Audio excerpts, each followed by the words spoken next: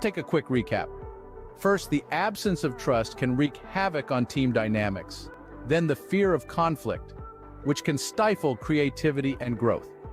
The third dysfunction is a lack of commitment, which can lead to unfulfilled goals and objectives. The fourth, avoidance of accountability, can result in a lack of responsibility and ownership. Lastly, inattention to results can shift focus away from the team's overarching goals. It's crucial to keep these dysfunctions in mind, not just in theory, but in practice. As we navigate the complexities of team dynamics, it's worth assessing your own team. Are any of these dysfunctions present? If so, how are they affecting your team's performance? Recognizing a dysfunction is the first step to resolving it.